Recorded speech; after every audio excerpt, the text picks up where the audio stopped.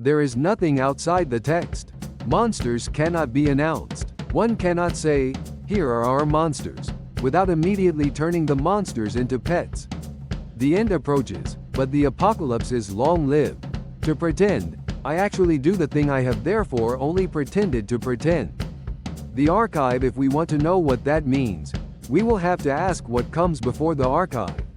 A text is not a text unless it hides from the first comber, from the first glance, the law of its composition and the rules of its game. The most interesting things are happening in the margins. The supplement is always dangerous because it insinuates itself into the place of what should be complete and self-sufficient.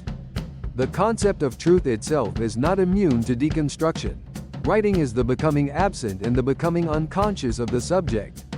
Deconstruction is not an enclosure in nothingness, but an openness to the other. I always dream of a pen that would be a syringe. Love begins with the promise of the impossible. The law of the law is to remain in force beyond its time. Every act of communication is an act of interpretation. Justice, however unpresentable it may be, is always required of us.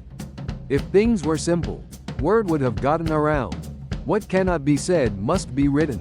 Each time a philosopher speaks, he destroys the world. Language bears within itself the necessity of its own critique.